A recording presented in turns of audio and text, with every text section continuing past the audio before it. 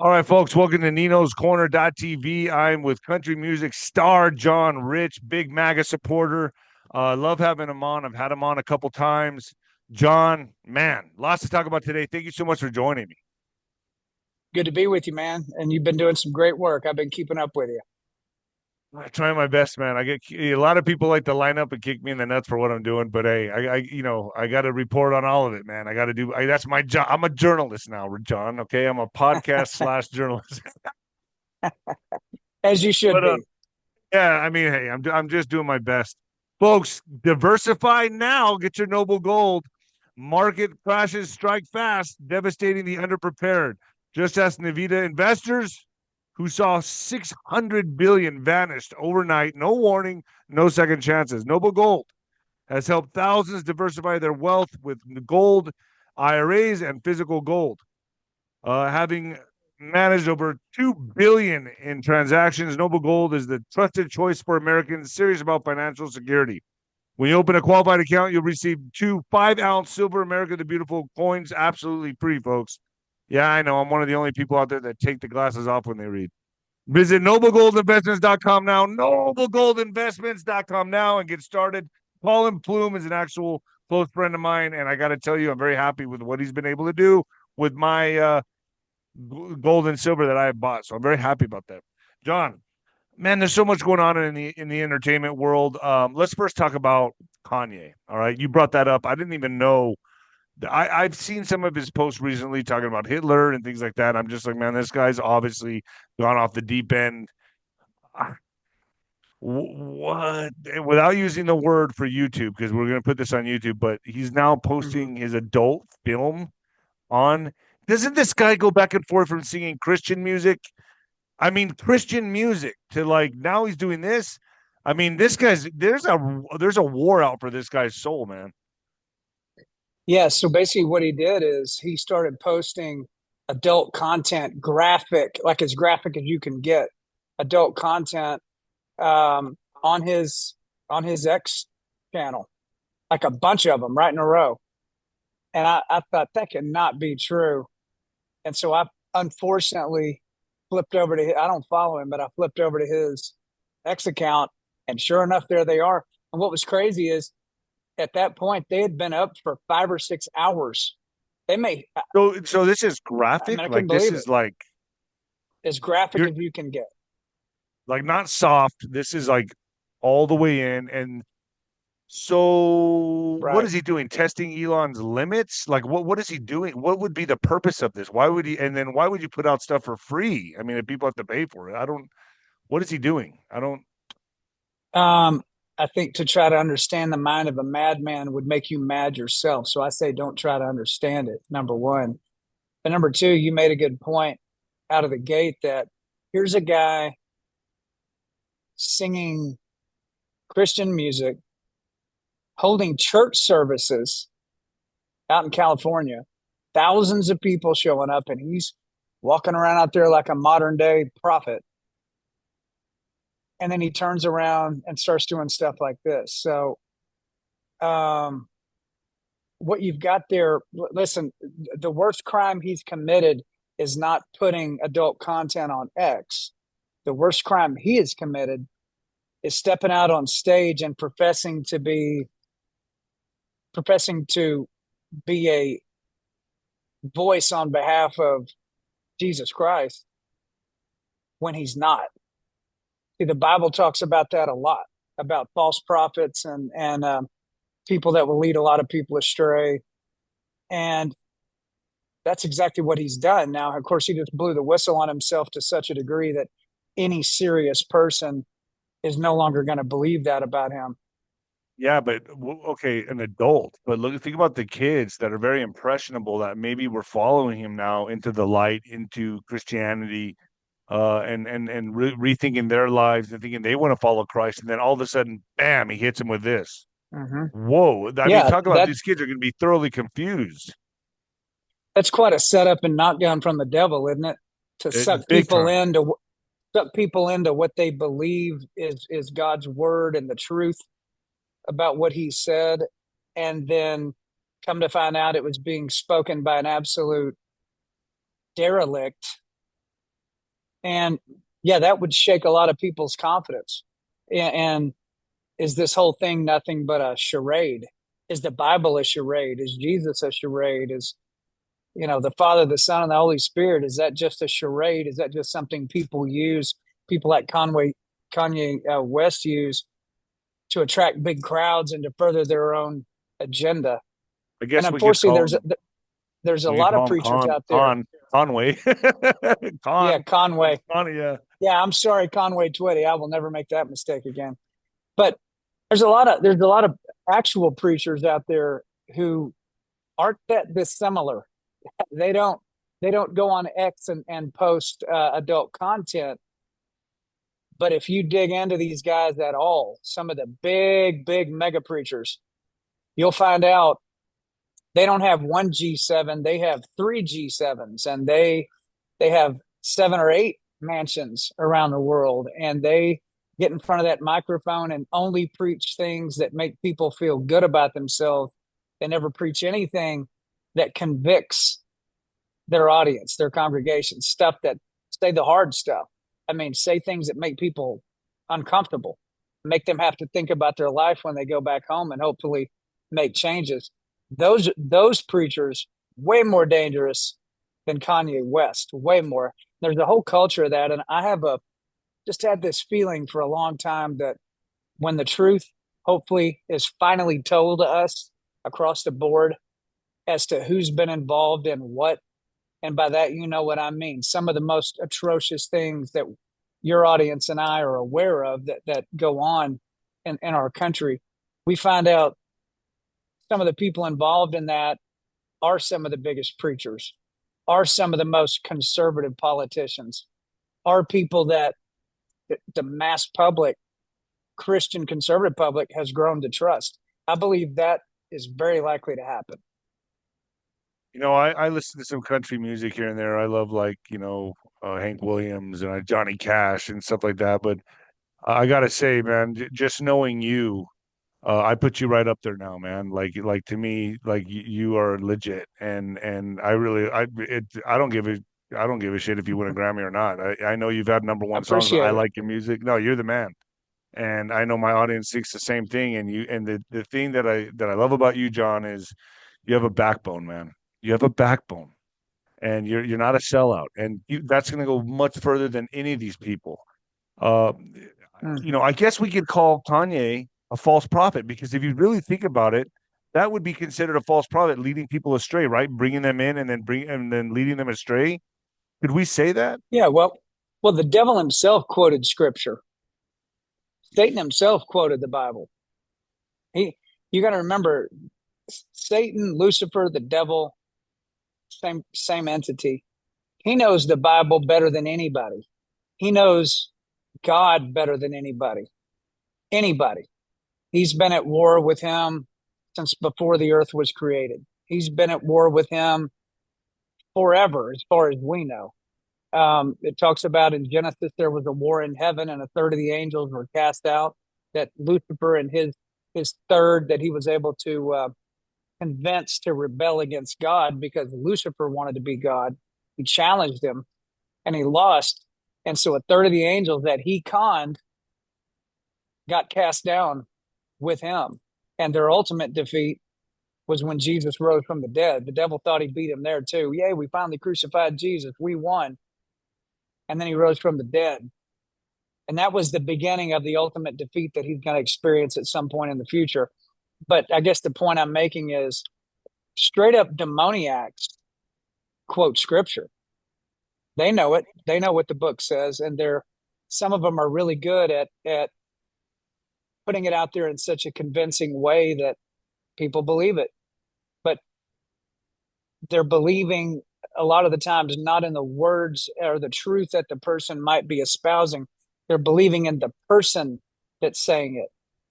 That the messenger is getting the faith instead of the message getting the faith. And that's what I'm getting at about a lot of these mega church preachers and people like Kanye West and others. I I don't go to any of the mega churches. I've been invited to quite a few here. There's a one here in El Paso, especially. I'm not going to name any names, but I've always been one to spot that even as a kid. I mean, yeah, I just have never been duped, man. I've always been very awake. Even when I was a child, I knew WWE wrestling was fake. And when I go to a church service and the church is massive and they're talking about give your tithing, give the to the church, half the service is about that. And they're talking about prosperity and positive thinking. I'm like, this is not the word of God to me. And I just have never gone back to those. Am I, that's how I feel about it. But John, I want to show here, Yeah. like, without, you've had two number one songs. Am I right in saying that, or have you had more? You had Revelation, and was it Progress? Yeah, yeah. Progress went all the way up. And those are songs I put out without any record label or anything. No Prior to middleman. that, no, that's just Rich Records LLC, which is nothing but a PO box. I mean, it's just like, And you you went know, straight to the top. yeah. I mean, I'm a record producer, so I've produced records that have sold, if you added them all up, probably around 30 million copies of records that I produced on other people and on Big and Rich and myself. And then I've written over 2,000 songs. There's two organizations called BMI and ASCAP, ASCAP. And those two organizations are the collection agencies for all the songwriters and publishers. So that's like the two big ones. So when you have a song being played on the radio, every time that song gets played, it earns like 9 cents. And so that 9 cents is then picked up by ASCAP or BMI. And then if there's three writers on the song, then it's 3 cents, 3 cents, 3 cents. If you write it by yourself, it's 9 cents. The math breaks down like that. And so they're huge. And so all songwriters, professional songwriters, belong to ASCAP or BMI. I'd say 90% of them do. And so I was ASCAP. So they have award shows every year for the songwriters that had the most success that year. So they'll recognize this song went number one. Let's call up Billy Bob. Congratulations, Billy Bob. And they take a picture. It's at the Grand Ole Opry. Take a picture with him. He's got like a medallion around his neck. And he's like, man, I can't believe it. I finally wrote my first number one, and gets awarded for it. Um, and the songwriter of the year to win that award, that means that your songs were played more times than anybody else in the whole format of country music. That's the top award, is songwriter of the year. And I got that 3 years in a row. Wow. 3 years in a row. Of all the songwriters in Nashville, I got it 3 years in a row. I So mean, that says it just all to right give you there. just to give you an idea of how on top of the game I was. And since then I've got other interests now. I still write songs. If I write one that really means something, like Revelation, for instance, I'll write it and I'll put it out. But it's not my driver anymore. I don't sit around like I used to and write. Nino, I used to write around 125 to 150 songs every year. That's how many I would write. I was a full-time songwriter. So, but what that gave me was the toolkit to be able to take an important subject now at my age and what I care about now, and very craftsman-like write a lyric, write a melody, and then all the records I produce, take it in the studio, produce it, and then release it on my own. And I've thank God been blessed, made successful, so I don't have to depend on somebody else's money to pay for that studio. I can just go book studio myself and then put it out, and nobody can tell me I can't put it out. That last song, Revelation, it's racked up like 10 million views. It's everywhere. I saw the other day, a guy sent me a video of a children's choir in Ohio singing Revelation, first graders singing, and they're doing the hands that, all the hand gestures like little kids do. Bro, of all the things that I have seen in my career, that knocked me down so hard to see these little kids singing that song, because that is no joke of a song. I mean, that is a powerful, powerful lyric coming out, and they are singing it at the top of their lungs.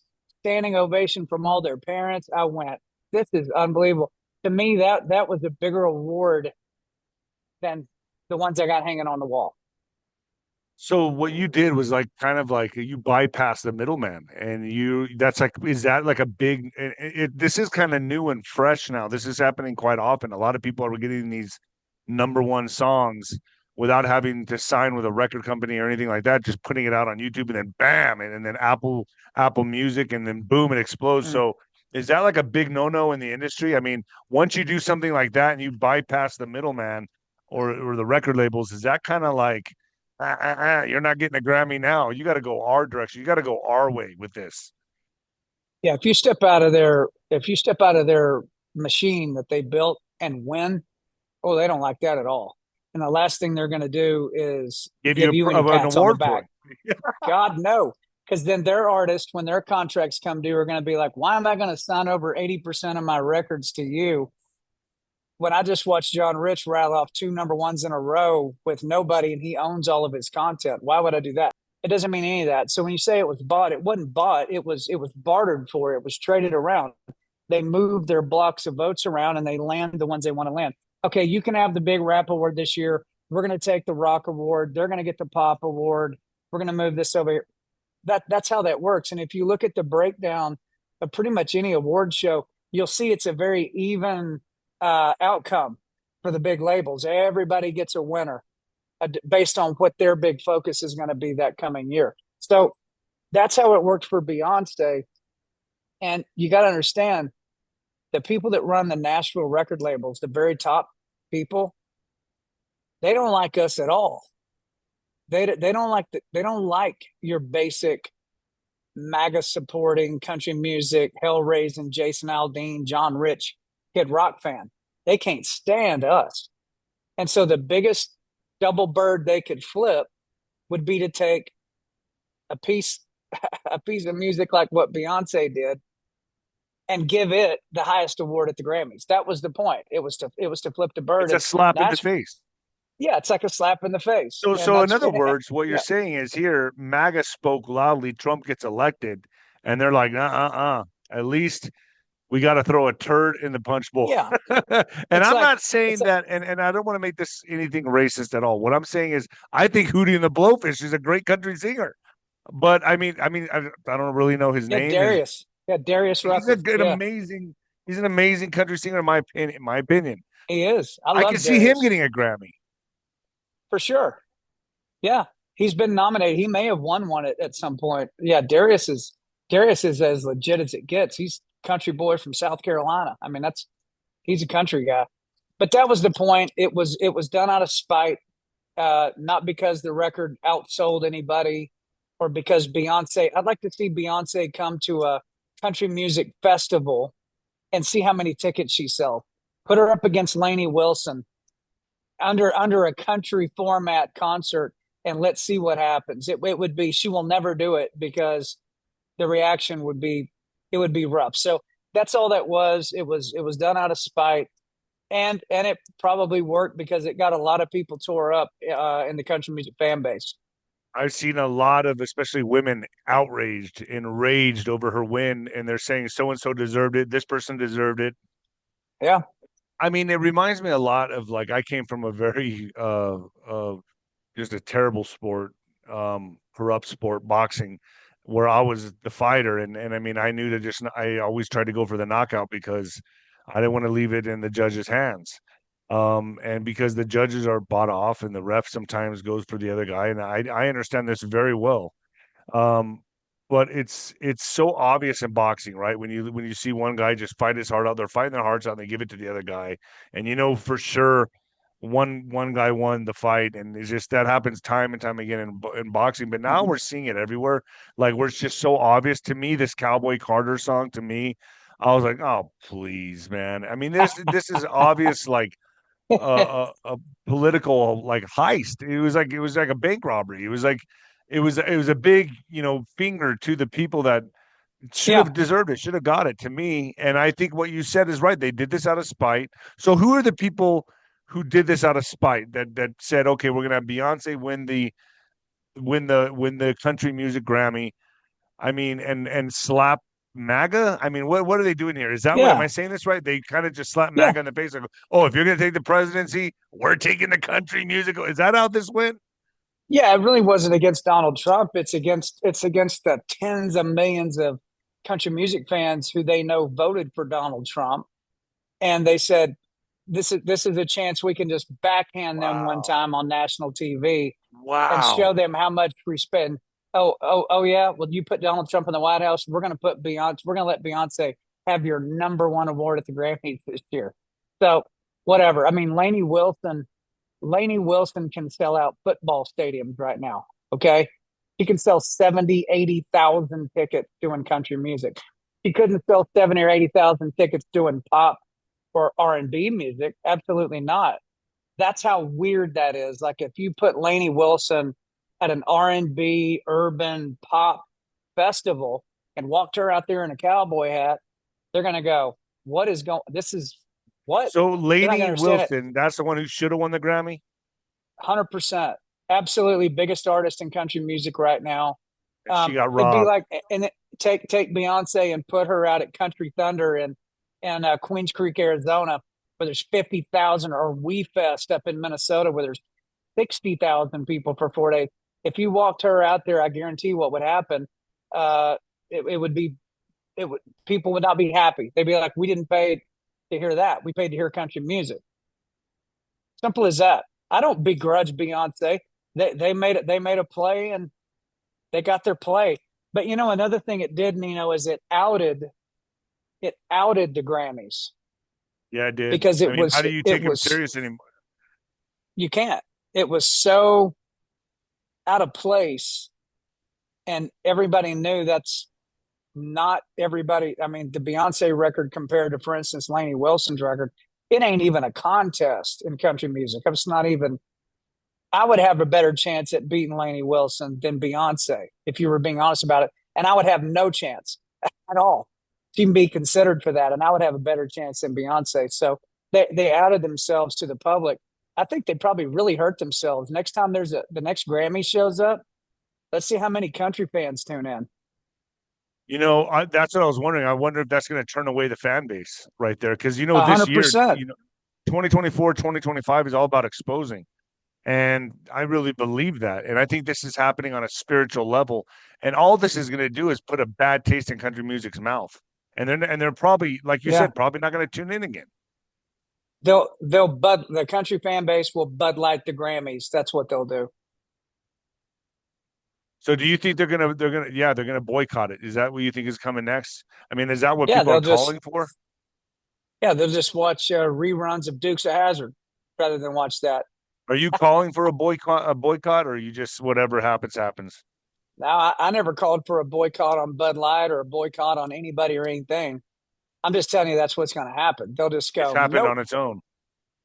Yeah, that's called capitalism. You don't have to have, you don't have to cancel people.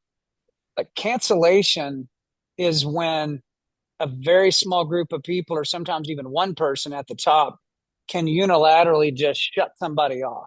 They can just turn them off. That's cancellation. Capitalism is when the consumers in mass move away from a product or a TV show or an artist or whatever it may be. When they en masse stop spending their money on whatever that is, that's the kill shot. But that's capitalism. That's not cancellation. This is why I admire you, John, because it's very rare these days to see people speak their mind and have a backbone, man. And I've always been the guy that comes out and just let the punches fly. I'm just like, let's just go, baby. I know. You know what I mean? And let's just see where they Yeah. land. You know what I mean? And Yeah. afterwards we'll have a beer. You know what I mean? But the fact that you're the same way, you're cut from the same cloth, I respect that immensely. I really appreciate you coming out and voicing your opinion and what you believe in, because that goes further today than anything to me. And that's what I recognize in people, man. I recognize their grit, if they're salt of the earth and they speak their mind and they have a backbone. And that is why I can call you my friend, John, because we're cut from the same cloth, man. And please don't stop being yourself, and don't stop writing music. Keep putting it out there. Keep bypassing the middleman. You are a country legend in my book, man. I put I you right up there appreciate with it. George Strait and all of them, bro. I mean, I'm serious. And so, Well, country music, the ones I admire the most were the ones that were the most authentic. Not necessarily the ones that sold the most records or were the best singers or any of that. It was the ones that were, whenever you heard them, and you heard that song that they wrote, and you look in their eyes when they're performing it, and they are not playing around. This is not a performance. This is, you are looking exactly and hearing exactly what I think and who I am. Those are the ones. Like Johnny Cash is probably the ultimate version of that. Haggard was also that way. There's been a few. Loretta Lynn was like that, Where do where you there was just no doubt who they were. where do you put Garth Brooks in all this? Because I know that isn't there been a lot of controversy around Garth Brooks lately? I'm not too familiar. I remember he was big back in the day, but didn't he come out supporting Biden or something? What did he do that Yeah. just slapped everybody? He also Well, slapped country music in their face, right? so Garth has always been extremely liberal, extremely, like, as liberal as you can get is Garth Brooks. And that's fine. Go be a liberal. You know, his talent, his talent is unquestionable. I mean, he has insane amounts of talent. One of the most talented guys ever came through Nashville. But I guess, you know, when people hit a certain level of success, for some reason, they decide to start saying things that they know run directly counter to the people who put them in that position. I would say Garth is an example of that. Um, when Biden was inaugurated, there's Garth Brooks walked out there, and I went, well, of course, I'm saying, well, of course Garth Brooks is there. Of course he is. He's a big liberal. But then I watched him walk over and give a big old bear hug. He's just hugging her as hard as he can, doing the bro hug, you know, and then, you know, the whole thing. And I said, I hope all the country fans are seeing this, because not all country fans are conservative, but the vast majority are. And they took notice of that. He's actually opening a bar up here in Nashville, and we'll see how it goes. I mean, the country music audience has a very long memory. If they ever feel like you betrayed them or you presented yourself to be something that you are not, and they ever catch you doing that, ask the Dixie Chicks how it worked out. I mean, it sticks. It's a tattoo. They don't really get over it. And again, that's to the point of I'd rather still be me and nobody ever have a doubt what I think, where I stand, what I'm about, what's important to me, and as importantly, what I'm against, what I push back against, what I go after. Doesn't matter if I outsell somebody or win the award over somebody else.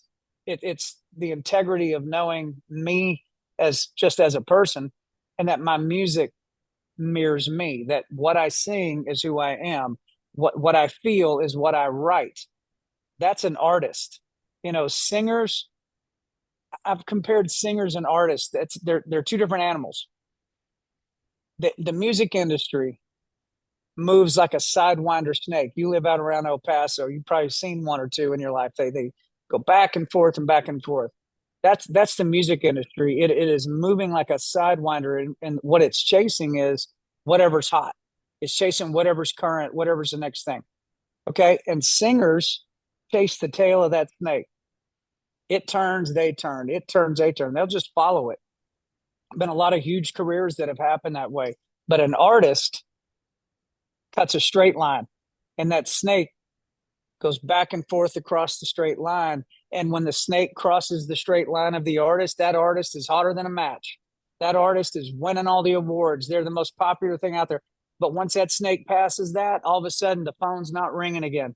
But then in a few years, they come back around. Oh, they're popular again. Boom, boom, boom. This is the artist. This is the singer. It's nothing against singers. There's a lot of great ones that have made insane amounts of great music. But I'm telling you, there's a different mentality with an actual artist. The word art, in and of itself, great art means non-redundant. I mean, it's a one of a kind. It's fingerprints. It's the only one like it.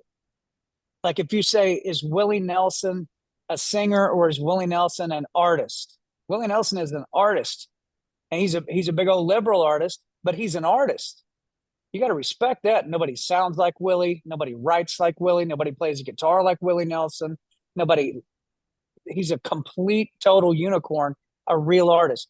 So was Johnny Cash. So was Waylon Jennings. So was Loretta Lynn. So was Tanya Tucker. I think Big and Rich. I think what me and Big Kenny do.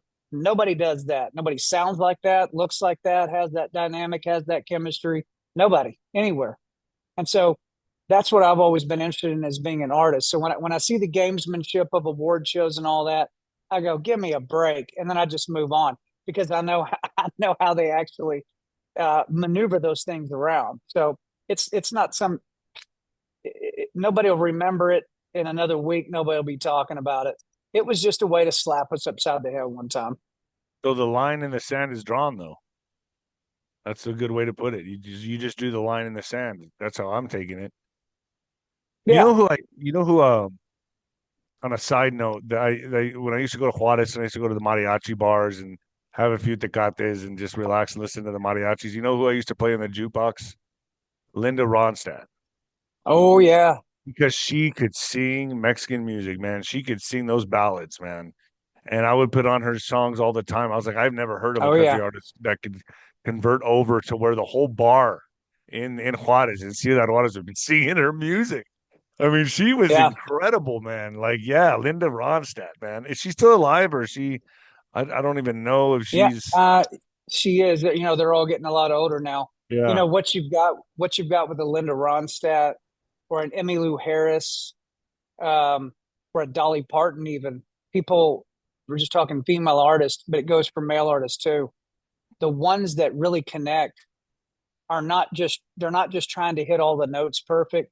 When you hear those singers, you are hearing their soul come out of their mouth, their actual soul.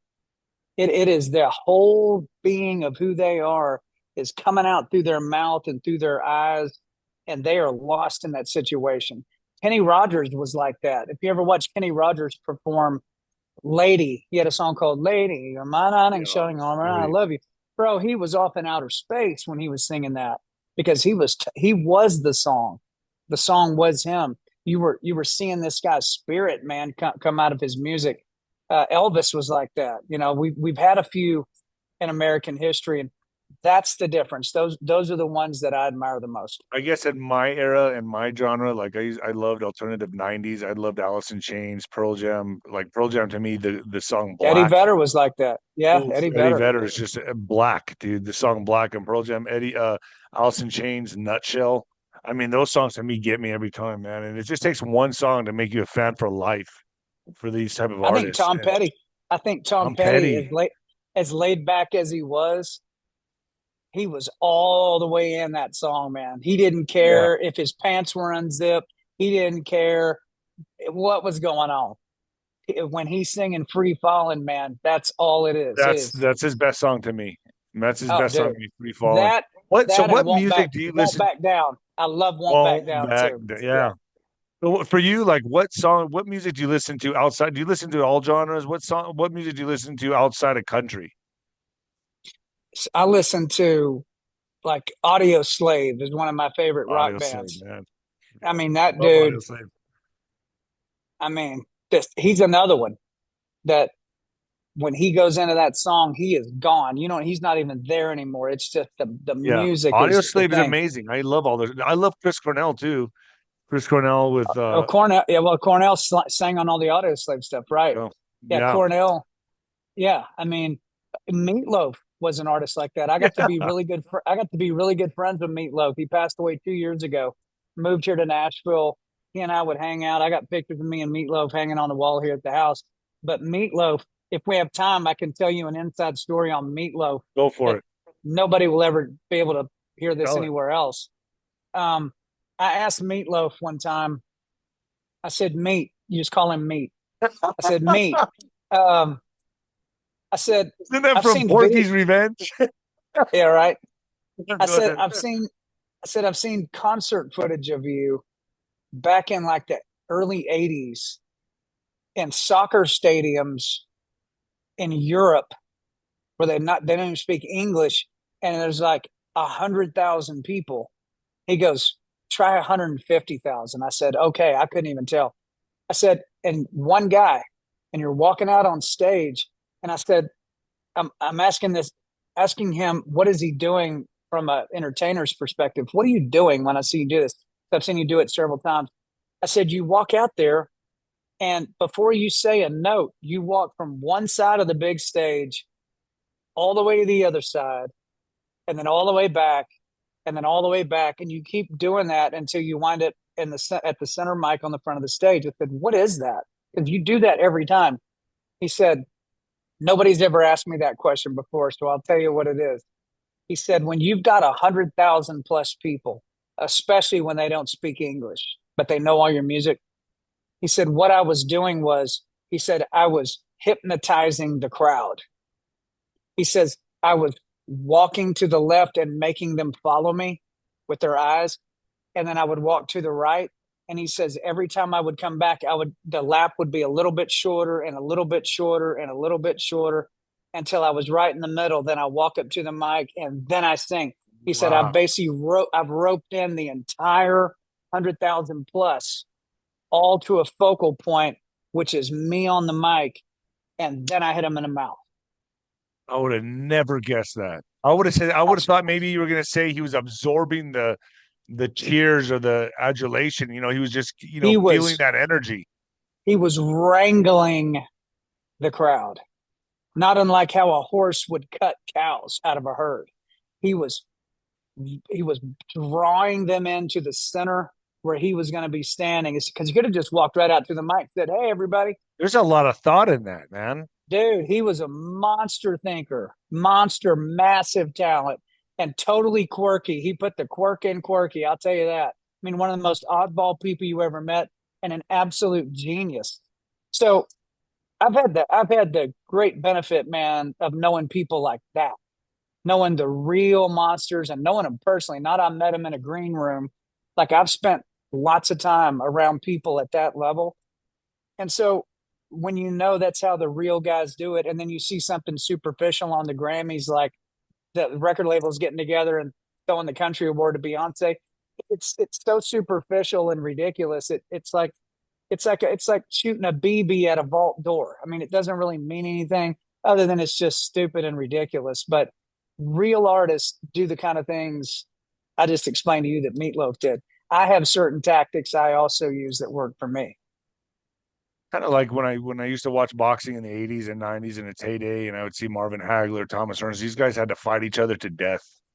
And nowadays, Canelo and all these other guys fighting these, cherry picking who they want, and then drying them out, no rehydration clause. I mean, just handicapping their opponents, and just the belts don't even demand they fight anybody anymore. It's just ridiculous. But back in the day, they used to have to judge on championship heart. You used to have to the judges would judge on that. And nowadays, just as long as you glide by the 12 rounds and not get hit as much and you win the fight, it's just the whole sport has changed. So I can relate to what you're saying. I can understand it in my arena from my perspective. I understand what you're saying completely. Yeah. Everything now has been watered down and diluted, and it's all political, and it's rubbish. So when I see someone like you that bypasses the system, the fans are the ones that speak. That's how Trump won. The people came out, and then no matter what they tried to do, and I won't say it here on YouTube, but we all know what they tried to do, but the fans spoke, and the fans spoke for you. That's why you had 2 number ones. It doesn't matter if you win a Grammy. The fans speak. So it doesn't matter if Beyonce wins a Grammy. The fans are the ones that speak. So that's how I see it. Yeah. At the end of the day, you've got your integrity. That's what you sleep good with. You'll sleep a lot better laying next to your integrity than laying next to your Grammy award. Ooh. Ooh. I mean, yeah, bud. Yeah. That's the 100%. Line right there for the podcast, folks. That's very true. And that goes for anybody, no matter what your station is in life, no matter what you do for a living, no matter who you are, where you live, what age you are, how much money you make or don't make. Integrity is the greatest pillow to lay your head on at night. Absolutely. If you know your integrity is still intact. I did not do that dirty deal that was offered to me, and nobody would have even known about it, and I could have done it, and I didn't. I could have screwed that person over, didn't do it. I could have sacrificed my integrity to gain something from this or from that situation, I didn't do it. If you can get to that point in your life will become a lot more peaceful. You know why? Because you won't hate yourself. It's okay if other people hate you, but man, if you ever find yourself hating yourself, Yep. really having a low opinion of yourself, man, that's the worst. That it's really hard to live with that, and you got to fix that. And the only way you fix that is by doing the things that are tough. You got to when something's on your mind and you know it needs to be said, and you know if I say that, I'm going to catch flack. I may lose some friends, family members may look at me funny or whatever, but I've got to say it. And then you don't say it, if you swallow that, it will become like a bitter pill in your stomach. It'll be bitterness down in your stomach. You won't respect yourself. Yeah, you'll still have all your friends, but you don't like you at that point. So what does it matter if they like you if you're not okay with yourself? That's the attitude I'd take. And I'm sure it's about like you are too. If everybody likes what I have to say, I'm not happy with that. I feel like, well, I didn't say it correctly. I'll take another run at that statement because it didn't hit them like I wanted it to. I take people's hatred and attacks on me, which happen all the time, as validation that I did say it correctly. I don't want evil people to think well of me. I want them to hate everything about me. I hate everything about them. If they're truly wicked and evil people, people that hurt kids, people that lead people astray concerning God and the Bible and the truth and all that. Oh, I have absolute hatred. You know, a lot of Christians have a misconception about hate. They say, well, God didn't hate anybody. Well, nowhere in the Bible does it say that. Matter of fact, in Proverbs 6, he hates sin. It lists the people. No, it lists individuals that he hates. Proverbs 6, go look it up. And the first thing it says that he hates are those whose feet are swift to shed innocent blood. He hates them. And then there's another part that Christians get confused with, because I know there's a lot of people watch you that are Christian people, where there is scripture that says you're supposed to pray for your enemies. Pray for your enemies. It's one of the hardest things that we're commanded to do is to pray for your enemies. It says to pray for your enemies. It does not say to pray for God's enemies. My enemy, Nino's enemy, these are the guys that this guy every morning, his dog, pees on my grass, or a guy that did me dirty in a business deal, or somebody that lied to me, or somebody, whatever problem I have with somebody on a personal level, and that's my enemy. Okay, I'm supposed to pray for my enemy. God's enemies, on the other hand, totally different crew, totally different group of people. And the main part of that group are those whose feet are swift to shed innocent blood. So we can put human traffickers, child abusers, people that do things like that. You go into Psalms and David says, David wrote the Psalms, and David's the only man that God said was a man after his own heart. The only one on record God ever said that about. David said to God in a prayer, he said, I hate your enemies with a perfect hatred. I hate them with a perfect hatred. Christians need to get a grip on that, because I feel like we're about to step into an era of time here where you're going to start finding out, like the USAID stuff. They are, Nino, it's my gut instinct, could be wrong, is that they are tiptoeing up little by little by little to the really horrific things that our tax dollars have actually paid for. I think if you started with the really horrific things first, people would just shut down. They wouldn't be able to deal with that. They would just go, that can't be true. Can't be true. But if you start with $23 million for Sesame Street in Iraq and $18 million for a transgender opera in Ukraine and this kind of stuff, and then they realize, holy crap, that's actually true. What? And they're having this moment of, I can't believe that's actually true. And then the next level is worse and worse and worse and worse, till it finally winds up at the ultimate truth, which is there are millions of kids and humans being trafficked around the United States and around the world, being funded by our tax dollars. I think that's where it's going. Don't you think that's why, like the rumors are right now, that Elon is buying commercial spots for the Super Bowl? That would be the trickle drip. That would be it right there, to let the public know, because you need to win the court of public opinion before you start investigating or before you start arresting these people. You got to show it to the people. So I think the Super Bowl, hey, everyone's looking. Isn't that the Yeah, best place to do it in? If yeah. we see that happen, which If yeah, I think it's true, man. I think it's going to happen. it's a smart way to do it. I would also say, for years, me, you, people watching this show have you kind of look up and go, is today the day that the shoe dropped? Is today the day that somebody attacks the power grid? Is today the day that the cyber attack happens, or the bank shut off, or whatever, or somebody sets off dirty bombs in our country? We've been concerned about this for a long time. The times when I thought it was probably most likely to happen, nothing happened. But all those bad people are still here. They're all still in the United States. They're still here. So as I've looked Planning at and it, plotting. as I've hypothesized about it, if they ever go tiptoe, and they finally get to the part where the exposure lands on the true enemies of the United States, and what they're guilty of are things that are so atrocious that no human with any conscience, regardless of their politics, would ever be okay with that. They will be rooting for you to take them out. If we ever get to that point, that is when I think you're probably in one of the most dangerous windows of time in our country, because they don't want that to happen. I mean, if that ever comes out, and like you said, 80%, 90% of the public says, "Go get them. We'll help you go get them."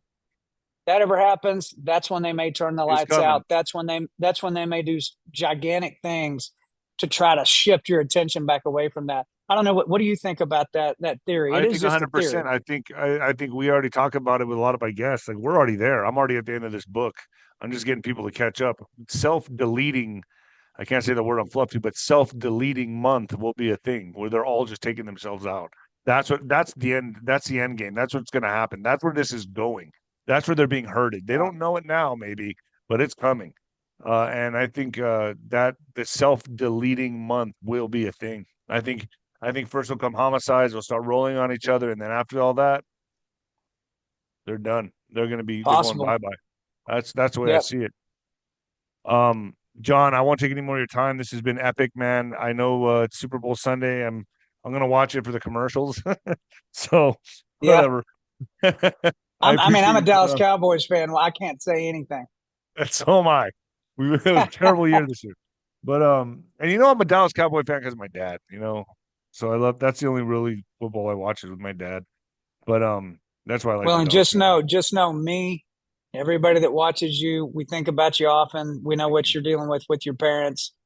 That's a heavy load for anybody to carry, much less both of them at the same time. So, you and I had an off channel phone call one night. I know you were having a tough time, so we all think about you, pray for you, and you're doing a great job, man. Hang in there. Thank you, John. Where do people find you? On X at John Rich, on True Social at John Rich. I don't mess with Facebook. Um, I am on Instagram, John Rich Official. I do a little bit over there, but mainly X. If you want to hear what I'm talking about, go find me at X. I do have a new song coming. Probably, I think I'm going to release it when the Sean Combs trial starts. Oh boy. If that gives you Okay. any insight, if that gives you any insight to what that Yeah. song might be about, I'll tell you what, I'll text it to you when we hang up, so you put your earbuds in so you can hear it good. But Perfect. the title of the song is "The Righteous Hunter." The Righteous Hunter. It's about dads and what they will do to you if you try to put your hands on their kids. And nobody's written that song. The subject is so hardcore.